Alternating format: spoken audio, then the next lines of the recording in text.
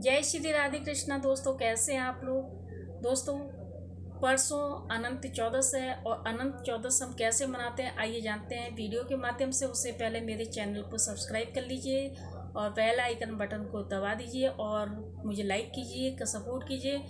और जो भी आपका सवाल है वो मुझसे पूछिए, मैं आपके हर सवाल का जवाब दूंगी। राधे राधे। चलिए आगे बढ़ते हैं।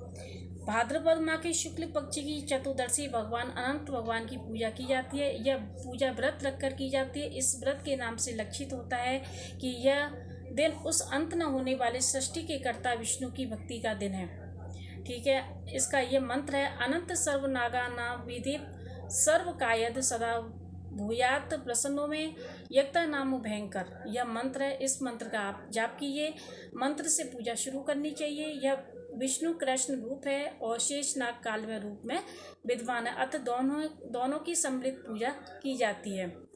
इसका विधान है कि स्नान करके कलश की स्थापना की जाती है। कलश पर अष्टदल कमल के समान बने बर्तन में कुशा से निर्मित अनंत भगवान की स्थापना की जाती है। उनके समीप 14 गांठें लगाकर हल्दी से रंगें और उसे डोरे में बांधें। उसे 14 गांठें लगा करके कच्चे डोरे में रखें और उसमें वहाँ पर गंध अक्षत पुष्प धूप दीप नैवेद्य से पूजन करें।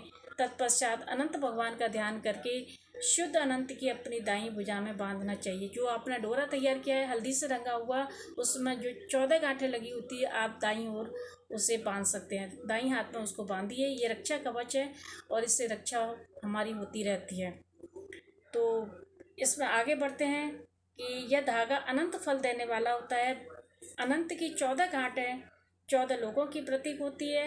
उनमें अनंत भगवान विद्वान होते हैं। इस 14 गांठों में भगवान विराजमान रहते हैं, इसीलिए गांठें लगाई जाती हैं और अपने दाएं हाथ में बांधी जाती है। इसीलिए आप लोग भी 14 गांठें लगाकर हल्दी से रंग कर उसे अपने दाएं हाथ में बांधें तो आपकी भी रक्षा होती रहेगी। इसकी एक कथा है कि एक बार महाराज युधिष्ठिर ने राजसूय यज्ञ किया। यज्ञ मंडप का निर्माण सुंदर तो था, साथ ही अद्भुत भी था। उसमें स्थल में जल और जल में स्थल की भांति होती थी। जैसे कोई जमीन दिखती थी वहाँ तो पानी होता था और जहाँ पानी होता था वहाँ पर वो जमीन होती थी। तो एक बार यज्ञ मंडप की शोभा निहारते निहारते दुर्योधन एक जगह को स्थल समझकर कुंड में जा गिरा। ये तो आपने सुना होगा कि जो उनका महल था जहाँ पर पानी होता था वहाँ उनकी ज़मीन होती थी, जहाँ ज़मीन होती थी वहाँ पानी होता था। इसी भ्रम में दुर्योधन को भ्रम हो गया था, वो पानी में जा गिरा। तब द्रौपदी ने उनको ताना मारा, उनका उपहास उड़ाया कि अंधे का पुत्र अंधा, ऐसा कहकर वो दुर्योधन को गुस्सा आ गई। फिर उन्होंने एक षड्यंत्र रचा। वो बात उनके हृदय में बैठ गई और पूरी तरह से बात ये चुप गई। कुछ दिनों बाद इसका बदला लेने के लिए पांडवों को हस्तिनापुर बुलाकर उनके द्रुत क्रीड़ा में छल से परास्त किया। परास्त होकर पांडवों को 12 वर्ष का वनवास भोगना पड़ा। वन में रहते हुए पांडवों को अनेक कष्टों का सहना पड़ा। एक दिन वन में युधिष्ठिर से मिले भगवान श्री कृष्ण आए। युधिष्ठिर ने उनसे सब वृत्तांत कहा कि हमारे साथ ऐसा ऐसा हुआ है। पूरी बातें उन्होंने बताई। उसे दूर करने का उन्होंने उपाय पूछा। युधिष्ठिर ने जब उनसे उपाय पूछा तब श्री कृष्ण भगवान ने उन्हें बताया कि अनंत का व्रत करने को कहा, इससे तुम्हारा खोया हुआ राज्य फिर से वापस मिल जाएगा। अनंत चौदस का जो भी व्रत करते हैं उनकी सभी मनोकामनाएं पूरी होती है और जो उनका खोया हुआ है वो उनको मिल जाता है, इसीलिए व्रत किया जाता है। इसके बाद श्री कृष्ण ने युधिष्ठिर को एक कथा सुनाई। प्राचीन काल में सुमंत नाम के ब्राह्मण की एक सुशीला नाम की कन्या थी। बड़ी होने पर ब्राह्मण ने सुशीला का विवाह कौंडिल्य ऋषि से कर दिया। कौंडिल्य ऋषि सुशीला को लेकर अपने आश्रम को चल दिए। रास्ते में रात हो जाने पर वे नदी तट पर संध्या करने लगे। सुशीला ने वहाँ पर बहुत सी स्त्रियों को किसी देवता की पूजा करते हुए देखा। तो सुशीला के पूछने पर उन्होंने विधि पूर्वक अनंत व्रत की महत्ता समझा दी। सुशीला ने वही उस व्रत का अनुष्ठान करके 14 गांठों वाला डोरा हाथ में बांध लिया और अपने पति के पास आ गई। कौंडिल्य ऋषि ने सुशीला से हाथ में बंधे धागे के बारे में पूछा तो उसने सारी बातें समझा दी।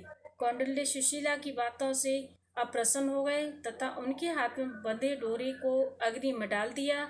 यह अनंत भगवान का अपमान था। कौंडिल्य ऋषि की सुख संपत्ति नष्ट हो गई। सुशीला ने इसका कारण डोरी की जलने की बात दोहराई। पश्चाताप करते हुए ऋषि भगवान अनंत की खोज में वन में चले गए।